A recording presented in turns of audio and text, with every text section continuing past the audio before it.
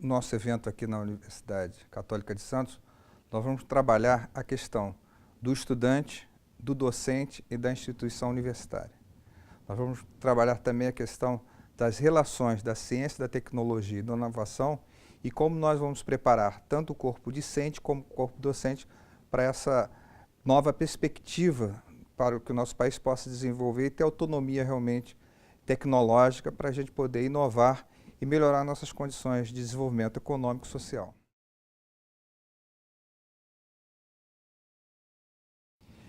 Nós passamos esses últimos anos exportando muitas commodities, né?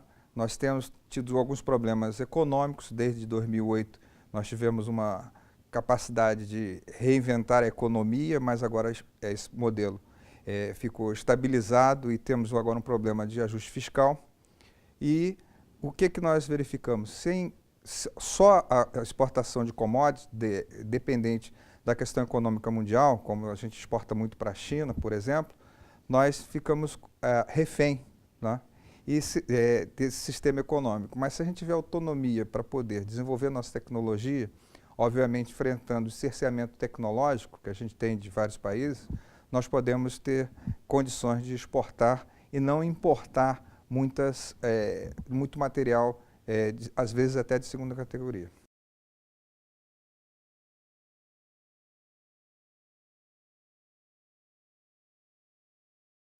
Bem, nós tivemos uma possibilidade de desenvolvimento, e estamos desenvolvendo, que é o sistema da pós-graduação. A pós-graduação é um exemplo muito importante para o nosso país em termos de inserção internacional.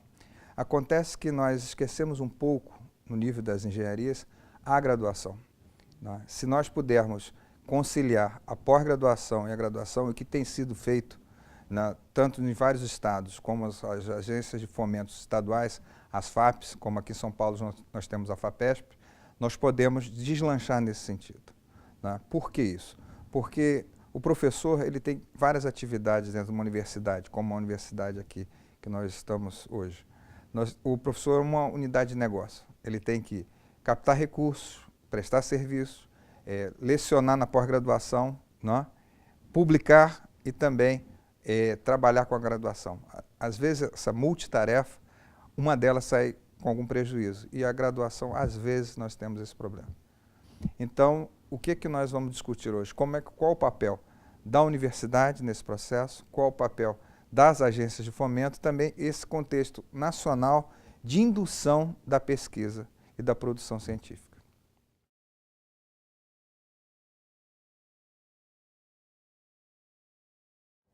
Nós temos tido um planejamento que por exemplo, teve a PDP, né, a parte de desenvolvimento produtivo no país. Nós temos a BDI, nós temos o BNDES, nós temos as agências de fomento como a CAPES, o CNPq e a agência de inovação, que é a FINEP, né? Isso tudo nesse contexto nacional que nós estamos vivendo e vislumbrando para o futuro, é interessante que a gente concilie todas essas agências, todos esses setores, para que a gente possa interagir e munir, né, a universidade de capacidades ou de perspectivas e projetos para a gente possa enfrentar esses desafios.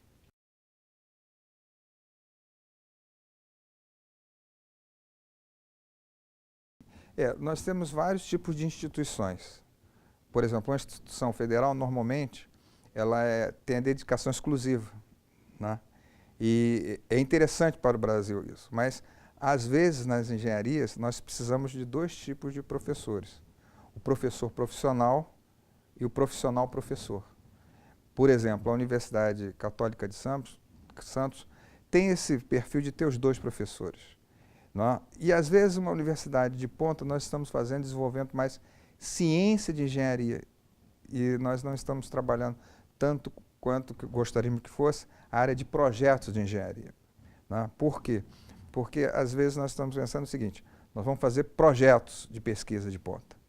O professor está imbuído nesse sentido, mas também temos que ter aquele professor que vai pensar como vai inovar, né? Por exemplo, o professor que vai fazer a prática de engenharia, tem aquele professor que vai ver a viabilidade do projeto de engenharia e tem aquele professor que vai contagiar e motivar, né, o estudante com um sonho. O que é o sonho?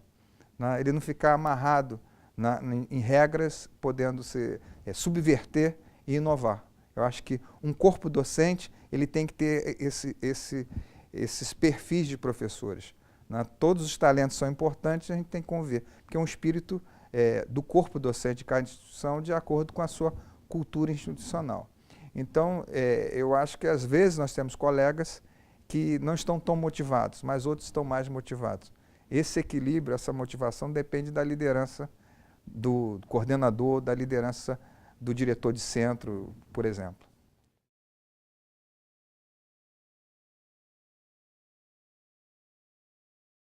É isso que é interessante. Às vezes nós temos nas diretrizes curriculares, né, que dizem, olha, o estudante tem que ter esse perfil, essa capacidade de comunicação, essa capacidade de reinventar, inventar, inovar, né? Mas será que o corpo docente está preparado para isso? Será que ele está preparado para trabalhar com a transdisciplinaridade? Exige isso do estudante, mas às vezes a gente esquece isso com o próprio corpo docente. E essa transdisciplinaridade ou interdisciplinaridade, né, que é o nós na disciplina, né, o pessoal da arquitetura, o pessoal do direito, o pessoal da educação, isso acho que tudo faz parte dessa amálgama, né, de tentar não formar, mas tentar trazer para o estudante essa motivação e verificar que ele não vai trabalhar sozinho, mas vai trabalhar num contexto que vai gerenciar pessoas, vai interagir com pessoas, vai ter o interpessoal, o intrapessoal, de acordo com a carreira profissional. No exercício da cidadania profissional, né, nós somos sempre estudantes, mas esse estudante tem que se reinventar sempre e se readequar de acordo com as necessidades e as demandas da sociedade.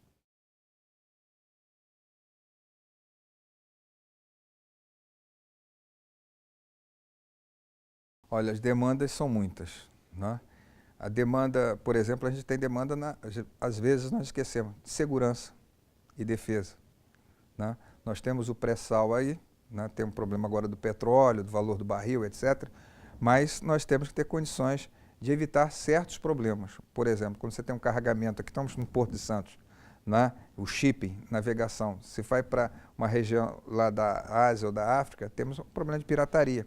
Pode ser que aqui tenha também. Então, quando se faz um projeto, a gente tem que pensar no todo, em todas as condições. Por isso que está a interdisciplinaridade. Então, essa questão de infraestrutura é fundamental, não só na energia, nos novos materiais, na questão de mobilidade urbana, não ter enchente na cidade, a falta d'água, né? A água potável, tudo isso é um contexto que a gente tem que usar a engenharia nacional e todos os atores, né, que fora da política não há salvação, né? Se os políticos estão imbuídos desse sentido, dessa necessidade, a gente pode avançar, né? Se a gente não pensar um país como um espírito de nação, que a gente quer avançar e quer trabalhar tudo isso em prol da sociedade, bem comum, a gente vai parar de novo. E acho que isso não é um momento. O momento é que todos nós estejamos unidos, não só para a Copa, né, que houve, mas com as Olimpíadas agora e as novas Olimpíadas, como eu falei, né? A Olimpíada nossa agora é da competitividade, é da inovação e de preparar nossos jovens para esse mundo de novas tecnologias, mas também de novos problemas de questões sociais.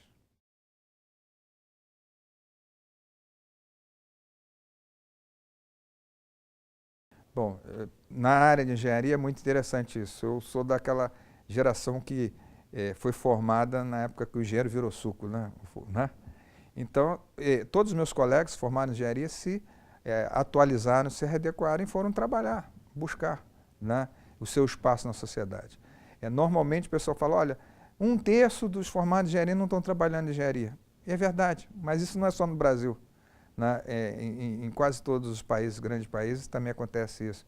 Por exemplo, um engenheiro que se forma pode fazer um concurso e trabalhar num tribunal, né, como analista, a capacidade da formação que nós temos, né, tanto na parte do raciocínio lógico, etc., possibilita enfrentar novos desafios. A gente pode se atualizar e encarar esses desafios, como, por exemplo, teve um fato interessante, né, um colega meu, né, formado em engenharia mecânica, naquela crise, ele fez o quê? Montou uma oficina mecânica, né?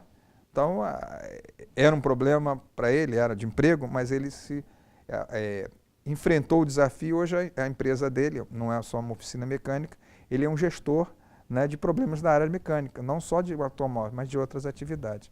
Então, eu acredito que com a boa formação, você pode encarar esses desafios.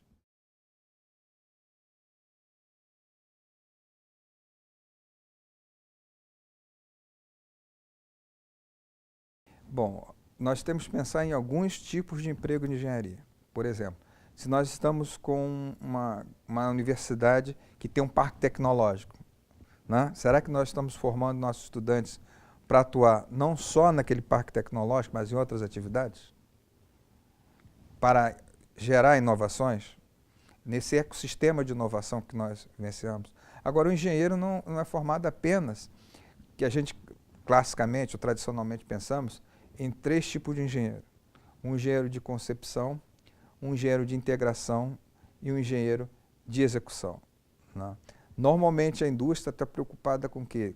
Uma indústria que importa equipamentos, que não desenvolve tecnologia, né?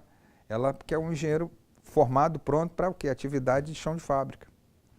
Esquece que nós temos que ter engenheiro também para integrar sistemas, resolver problemas complexos, e aquele engenheiro de concepção, né? Para descobrir o novo, né? Ou criar um novo, né? Porque a tecnologia é importante que ela muda os aspectos da vida. Se você pensar muito bem, né? Nós somos da geração que usamos LP, né? Ela está até voltando agora a LP, que tem qualidade de som, etc. Mas esse passar aí nesses últimos 30, 40 anos, quanta de tecnologia foi avanços significativos, e quanto mudou a questão do comportamento humano, né? Então a gente tem que estar preparado para todas essas atividades. Eu sou otimista, porque hoje eu vejo alunos, embora os alunos, quando a gente às vezes demonstra uma fórmula no quadro, ele vai lá e não copia. Isso é meio chato. Ele vai lá, tira uma foto e guarda, né?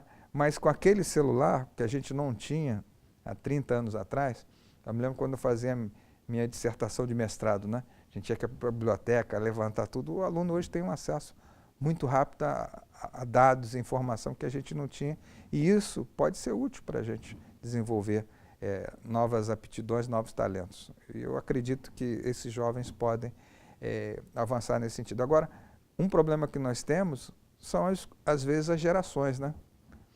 Por exemplo, a gente tem as gerações dos baby boomers, né? A geração X, a geração Y, e agora tem a geração Z, né? A geração Z não quer ficar um professor 50 minutos ouvindo aquele camarada falando. Ele, às vezes, quer pegar até um controle remoto e mudar, porque aquilo está parecendo constante. É o sentimento que nós temos, né?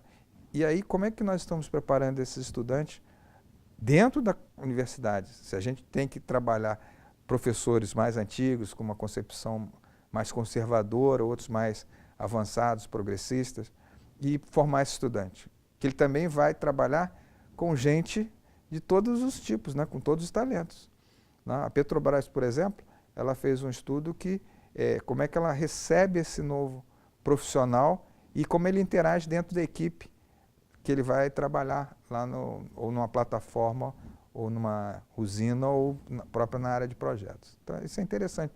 É um desafio muito interessante para a universidade.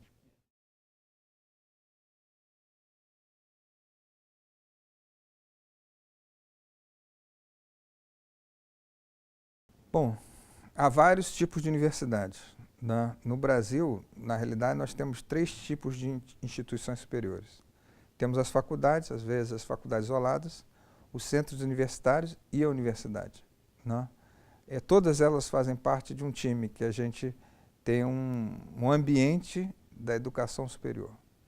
Quando fala-se universidade, nós estamos pensando mais naquela que faz o ensino, a pesquisa e extensão, né?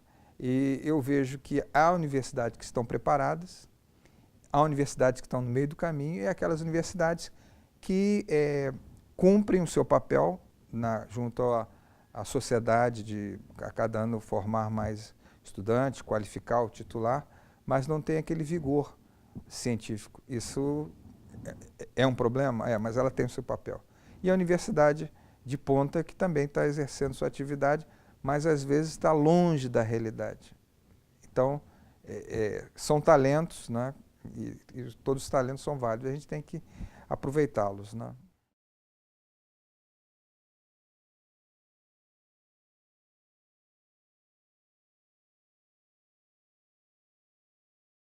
O Ciência Sem Fronteiras é um passo interessante. Nós tivemos algo parecido, não igual, né? Quando nós, na década de 80, nos anos 70, né, 76, realmente a pós-graduação com a CAPES, depois nós tivemos um Plano Nacional de Pós-Graduação. Muita gente foi para o exterior para se titular, né? Isso a gente esquece, né? Quando a gente titulou aquele pessoal, ele trouxe, né, a visão, a cultura da produção científica para cá, porque nossas universidades estavam ainda engateando, né? Para ter uma ideia, o Ministério da Educação só é criado na década de 30. Né? O CNPq é de 51. Né? A reforma universitária que a gente verificou mais recentemente assim, para o país, ou criação da universidade, o Estatuto das Universidades é de 32, 34. Né? A reforma universitária foi em 68, que era para atender a demanda das matrículas, né? Tinha o problema dos excedentes. Né? Mais recentemente nós temos os sinais, né, o Exame Nacional de Curso, agora o ENAD, quer dizer, são processos que a gente está avançando, né? Vamos dizer assim, dando vigor a esse sistema universitário. A pós-graduação avança muito, agora a graduação e a extensão também, né? Quando eu conversava com o pessoal da extensão, o que é extensão? Um sub-reitor me falou, um pró-reitor falou o seguinte: é tudo que não é ensino, pesquisa, é extensão. Né? Mas, voltando à sua pergunta, nesse vigor que está a universidade, as parcerias internacionais são muito importantes, porque como nós tivemos na década de 80, trazendo professores que se titularam fora, agora a gente está tentando ver a graduação e também a pós-graduação. Com isso, nós vamos oxigenar o ambiente universitário, porque nós estávamos presos. Olha, se pode fazer o doutorado aqui no Brasil, não precisa ir para o exterior. Não, não é bem assim. A gente também tem que ter gente indo para o exterior, fazendo pós-doutorado e trazendo as expertises, os novos conhecimentos, os novos modelos. Por exemplo, nós temos o modelo do processo de Bolonha na Europa, que algumas universidades adaptaram aqui no Brasil. Nós temos o modelo que houve na década de 90 das coalizões nos Estados Unidos, as parcerias europeias, como o projeto Erasmus, que tem agora, etc. Isso tudo é muito importante para a gente trabalhar. Uma questão que está em voga agora são os laboratórios remotos. Né? Então, a gente pode trabalhar com educação à distância, laboratórios remotos. Né? A gente pode fazer com o exterior e aqui também, em termos de Brasil. Isso tudo, acho que dá mais vigor à questão do desenvolvimento de talentos também no nosso país.